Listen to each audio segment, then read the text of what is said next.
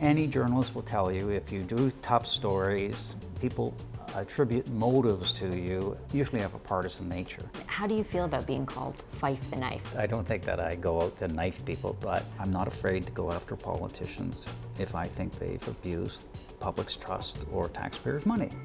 Robert Fife has been a reporter on Parliament Hill since 1978. Even if you don't know his name, you probably know his stories, which often set the agenda here in this town, much to the chagrin of some of the prime ministers he's covered. Remember the Senate scandal? It was Fife who first broke the news that Stephen Harper's chief of staff personally paid Senator Mike Duffy's expenses. What did you think of the election, Mr. Duffy? That turned into a criminal case that played out in court during the 2015 election campaign. Mr. Duffy was making use of taxpayers' dollars in a way that could not be justified. And this year, just a few weeks after Jody Wilson-Raybould was shuffled in Justin Trudeau's cabinet, this front page bombshell. The allegations in the Globe story this morning are false. You were not ever pressured by the P&P answer that? Over the next few months, the story would dominate political discourse and lead to the loss of 2 cabinet ministers, the clerk of the Privy Council, and the PM's most trusted advisor. Now, the Liberals are in the ethical hot seat on the eve of a federal election. In the heart of Ottawa's Byward Market is Social, about a 10-minute walk away from Parliament Hill. And that's where I caught up with our next Power Lunch guest, the Globe and Mail's Bob Fife. Hello, nice to see you. Happy to be here. Thank you very much for doing this. I appreciate it. We always start off by asking, why this restaurant? What do you like about this place? Well, I like about this because it's a little ways from the bubble, and I can come down here and talk to people usually without running into political staffers or members of Parliament that will then go and say, I know where he got that story from, I saw him at Social. So generally it's a fairly safe place because it's a little ways away from Parliament Hill, although with the Senate being relocated where it is, I expect we're going to have more senators here, so maybe I'll have to find another location. We may have just outed it, yeah. Thank you very much. Welcome to Social for Lunch. Thank you. Thank you. You'll notice that we have a seasonal soup on the top of your menu. Today it is a mushroom soup. Great. Thank you. Thanks a lot. I, of course, wanted to talk to you about your career, but I want to start off with the biggest story that basically has happened all year, of course, and that is the story you broke on SNC-Lavalin. Did you think on February 7th when that story came out that, 2 months later, 2.5 months later, the clerk of the Privy Council would no longer be there, 2 cabinet ministers would not only be out of cabinet, but out of caucus, and Jerry Butts would no longer be the Prime Minister's principal secretary? No, I had no idea. I mean, I knew this was a significant story because this was political involvement in the judicial system, and it can't be taken lightly. But I had no idea that it was going to lead to the kind of upheaval that we've seen, where we've lost all of the ministers and senior Prime Minister's closest and most trusted advisor, the clerk of the Privy Council. Who would have thought that? And to see the Liberal Party drop 10 points in the polls, so that they're, we're away from the election still, but they're fighting for their political lives right now. And I didn't realize that was going to happen like that, but I didn't realize that the government was going to be so incompetent in how they've handled this story. It went on and on and on, and they kept throwing fuel on it. What do you think they did wrong in their response? Well, I think the first thing they did was the day after the story came out, is the Prime Minister came out and said the story is false, when he knew, in fact, it wasn't false. And then his story continued to change almost on a daily basis. There was a new nuance to what he was saying, and then and what I didn't realize was actually the extent of the political interference in this SNC-Lavalin case until the clerk testified at the House of Commons committee, when he actually, first of all, he said that the story was false and erroneous and defamatory. Yeah. And I must admit, oh my God, that's pretty serious stuff. But I was pretty confident in my sources. But nonetheless, you have a little bit of a sweat on the brow when he comes out doing that. But he gets into his testimony, and then he relates there's at least 3 instances where he believes that Jody Wilson-Raybould felt that there was inappropriate pressure. Now, he said it wasn't inappropriate, but those meetings that he described, I had no idea about them, and I don't think anybody in town knew about that except a very small clique of people around the Prime Minister, and I guess Ms. Wilson-Raybould, obviously, and her staff. So when he said, there was a September 18th meeting with the Prime Minister. So you didn't know about that meeting? I didn't know about that meeting. Oh. I didn't know that the Prime Minister had met and personally told her he wanted this deferred prosecution agreement. I thought it was other people in the Prime Minister's office. So you thought it was at the staff level, basically, Yeah. staff, that kind of thing? I mean, I assumed it was at the level of Matthew Bouchard and Elder Marks who were kind of handling this file. I didn't realize that the clerk was involved as much as he was. I suspected it, but I didn't know. And so what did you think when you heard that? Well, I mean, I think everybody's eyes opened and said, look, this is serious. We have the Prime Minister and the clerk talking to her about that. We have a December 18th meeting between Jerry Butts and Katie Telford, in which, with Ms. Wilson-Raybould's Chief of Staff, Jessica Prince, in which Ms. Telford is apparently quoted as saying, let's dispense with the legal necessities. And Mr. Butts says, look, we need a solution to this. You've got to do this TPA. And then the following day, there's a conversation between Ms. Wilson-Raybould and the clerk, in which he raises the issue again and said this is something the Prime Minister wants to know about, wants resolved. But he said there was no inappropriate pressure, but he said these are 3 meetings that cause problems. And then we subsequently learn a little bit more when she testifies, and of course at the end of this 2-month saga, she releases a tape that clearly shows there was inappropriate pressure. I mean, why do you think it clearly shows that? Well, because the clerk is saying that I just spoke to the Prime Minister and he wants this thing done, and when he wants something done, he wants it done. And now she obviously knew she was taping it, so Yeah. she was working in her favor, but he was clearly telling her that the Prime Minister wanted a deferred prosecution agreement and that he wanted this done. If she wasn't going to get done, there would be consequences, and there were consequences because, lo and behold, less than a month later, she's removed as Justice Minister and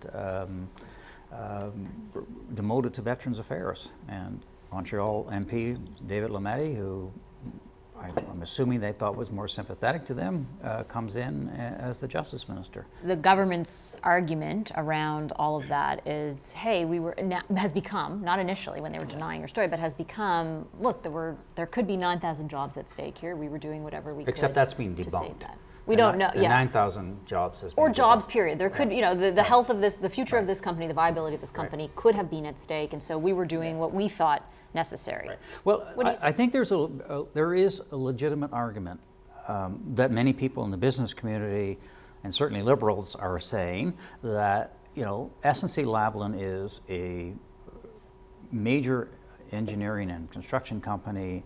It's an international player, and we don't have many of them. The other aspect of this, though, the other side of the coin is this is not a one-off thing with SNC-Lavalin. And the other thing that I think Canadians should think about is this. If a company that has proven to be a bad actor over a number of years can get a deferred prosecution agreement like that, does that mean that companies who are in trouble with the law, they just forget about going to dealing with the independent prosecutors? They just hire a bunch of lobbyists, they go directly to the Prime Minister's office and get a deferred prosecution agreement. To me, that is a significant issue that people should consider. I don't think that we should rule out deferred prosecution agreements, and I think there's a legitimate argument for what some people are saying that SNC-Lavalin deserves it, but I think there's a lot of negatives to it as well. The issue the story has become pretty divisive depending on who you talk to, right? And I wanted to know, I mean, just even from my perspective, we get tons of, you're the worst, this is the best, et cetera, et cetera. Has it been like that for you? What kind of reaction have you gotten? Yeah, I've got reactions from people saying, good for you, this is an important story, that we don't want to have politicians meddling in the Canadian and criminal prosecutions. We've had other people saying that, this is an important company, you're going to be responsible for job losses if this company is convicted and it leaves Canada. And then I have had people saying you're nothing but a Tory toady. And what do you say to that? Well, I mean, I did the story on Stephen Harper and Mr. Duffy and Nigel Wright payment and the other Conservative senators, and I think it certainly helped contribute, I think, to probably the Conservatives' defeat in the election campaign. Certainly, I think it was one of the nails in their coffin. And so everybody was accusing me then of being a liberal, and now I'm being accused of being a conservative. That goes with the territory. Any journalist will tell you if you do tough stories, people attribute motives to you, usually have a partisan nature. I don't even vote. Really? I don't vote. And why don't you vote? Well, I vote provincially and I vote municipally, but I've never voted federally, simply because... During your career? Like your entire career? Ever. Oh. Because I've always felt that I want to have a clean conscience, that I don't vote because I don't want people to ever think that I'm favoring one party over another. I mean, people will still make those assumptions. I can't change that, but my own ethical compass, I just don't vote. A lot of when we had MPs on on these stories constantly, especially during the beginning, their big line would be this story based on anonymous sources, and they would really key into that. And a number of people, viewers as well, have said, can you really rely on this anonymous sources kind of thing? Talk a bit about the behind the scenes process that goes into how you decide that, or how you decided that story was okay to go with. Well, I can't talk about sources, obviously. Not who they are. Please, if you are. But, this is not my decision. If you look at the Globe story on February the 1st, it was the whole newspaper. It was the whole front section on it. So there was a decision made by David Walmsley, the editor-in-chief, and the deputy editor, Sinclair Stewart, that this was a significant story of national interest and that the Globe had to make a statement about it. And I have to tell you, obviously I was really concerned for the first couple of weeks because I was out there all by myself. Nobody else could confirm it, as you know. Nobody else was able to confirm it until Warnock testified. What did it feel like in those 2 weeks? I had a lot of sleepless nights. Really? Oh, yeah. Because I always wonder, someone who's so experienced, like, do you feel the way I have in those, which is like, can't eat, can't sleep, Oh, no. It was a lot of pressure. Because my biggest fear was that somehow I don't really know Jody Wilson-Raybould very well. And she says herself that she was not a source.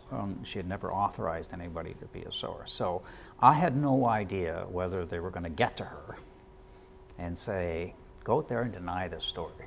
Right. Because if she came out and denied the story, I'm dead in the water. There's sources are maybe very good, but if she's one of the principal actors in this thing, comes out and agrees with the Prime Minister that's false, I'm in big trouble. But she didn't do that, fortunately. She turns out to be a pretty principled person and felt strongly that there was inappropriate pressure, and she confirmed it all when she testified before the House of Commons Committee. So from where you sit, where does the story go from here? Look, I think the story is over. I don't think we're going to learn much more than we already have, and I think the country is probably equally divided on it. There are people who are thinking that it was inappropriate, and there are people that thought or think that the Prime Minister was doing the right thing by trying to help a company. And whatever the case is, it's clearly the government has been hurt by it, and they've got to try to figure out a way to recover. But I don't think there's going to be anything more to that part of the story. So let me ask you about that. As we head towards the election, do you think this will be a factor, and if so, in what way? Well, I think it's a factor in a number of ways. And who knows who's going to win the election campaign, because journalists are terrible at predicting. Yeah, we really are, yeah. And elections really do matter. That's one thing we've always learned. Elections matter. I mean, Justin Trudeau was in third place in 2015, and he came in with a big majority government because he did pretty well. and Canadians ended up, liking him and liking his policies. So, but I think his brand has been hurt. Maybe not the Liberal Party brand as much as the Prime Minister's brand. He promised to run an ethical government, and this clearly does not look good for him because he said something was false that turns out to be true. Have you talked to the Prime Minister since that story? No. No. Just let me go back. One of the things about this SNC-Lavalin story, where I think they also made a mistake, is they thought this was an inside the Beltway story. Totally. They thought this was an Ottawa story. And what they didn't realize, and they waited far too long for it before they realized that this had actually hit the street. This is a story that everybody could understand. Well-connected Quebec company with Liberal connections, pressure on the Justice Minister to give them a special deal that they know damn well wouldn't happen to an Alberta company or a BC company, or heavens forbid, you or me or any ordinary Canadian who's in trouble with the law. That's what I think really hurt them, because people could understand this. It's not complicated.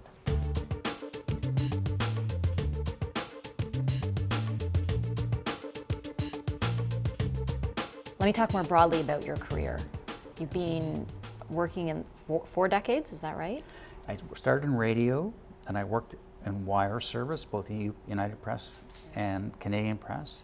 Then I worked in a tabloid, the Sun Media, and then I went to broadsheet, the National Post, and then I went to TV, and then back to print.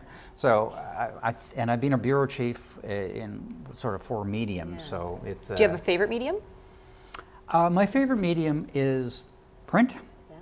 I'm just very comfortable doing it. I can work away in my own little space and write my stories. Yeah. Well, I love working in television because it's such a powerful medium and it reaches such a large audience. So when you look back 4 decades ago to now, if you were to identify some of the biggest changes in covering politics, what would they be? Well, to me, the biggest concern that I have is that our medium is shrinking. When I started back in 1978, I'll give you, let's just use Indigenous issues, for example. We would call them Indian affairs then, but every major newspaper had an Indigenous reporter that covered that. And this is our number one social problem facing this country, where we have people living in horrible conditions. Our jails are full of young Indigenous people. We have the highest suicide rates of young Indigenous people, and many people live in third world conditions, and yet we only have a handful of reporters, and we're literally a handful of reporters that are actually covering this on a daily basis. So to me, my biggest concern as well is because there are fewer news organizations and fewer reporters, that vast scopes of the federal government is not being covered.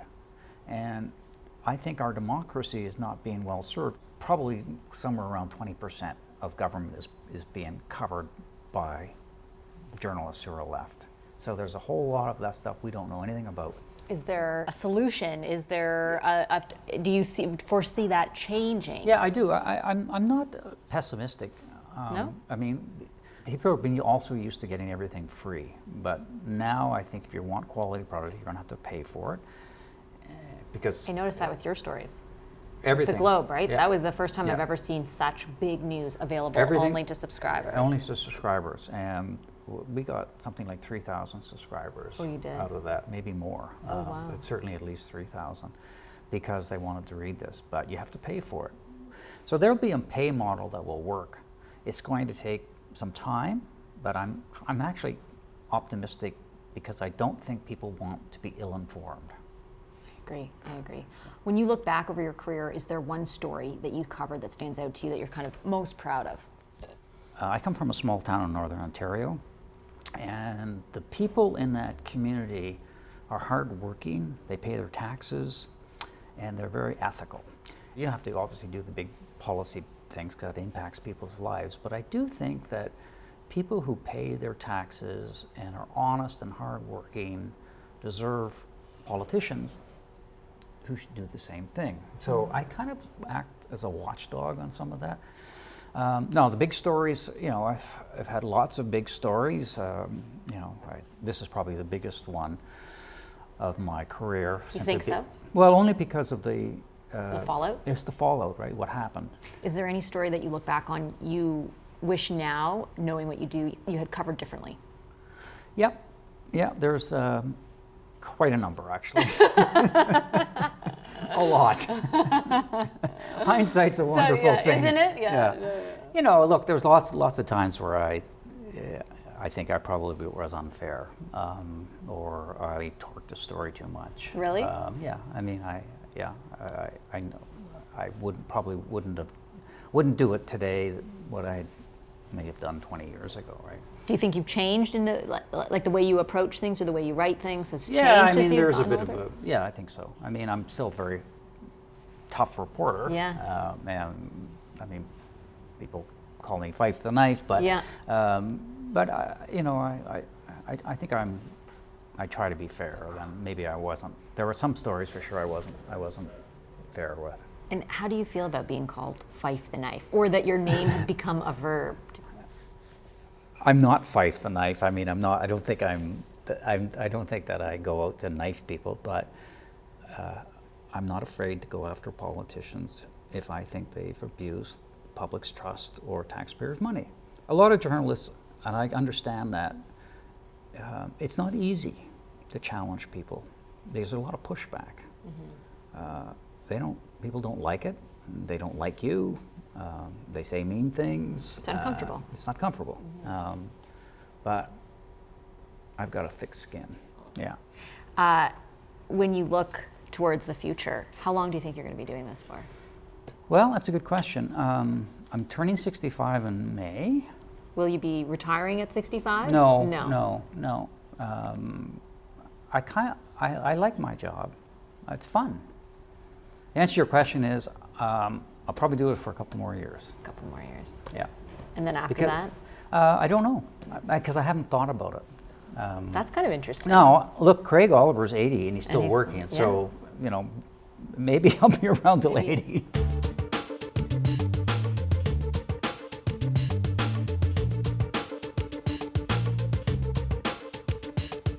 Do you have a favorite book? There was a biography of FDR called Traitor to His Class. To me, he's one of the greatest leaders of the 20th century. Best journalistic tool, like phone, coffee, email. Talk to people.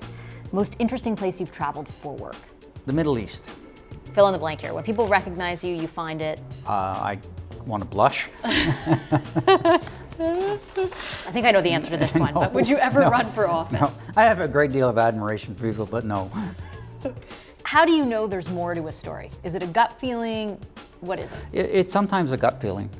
You just know that this doesn't smell right. Advice for young journalists. Talk to everybody and don't just focus on what you think are the powerful, because it's the little people who are in the offices or cleaning the Parliament buildings or the security guards or the little political staffer that everybody is ignoring that actually has a lot of information, and often enough they're willing to share it with you.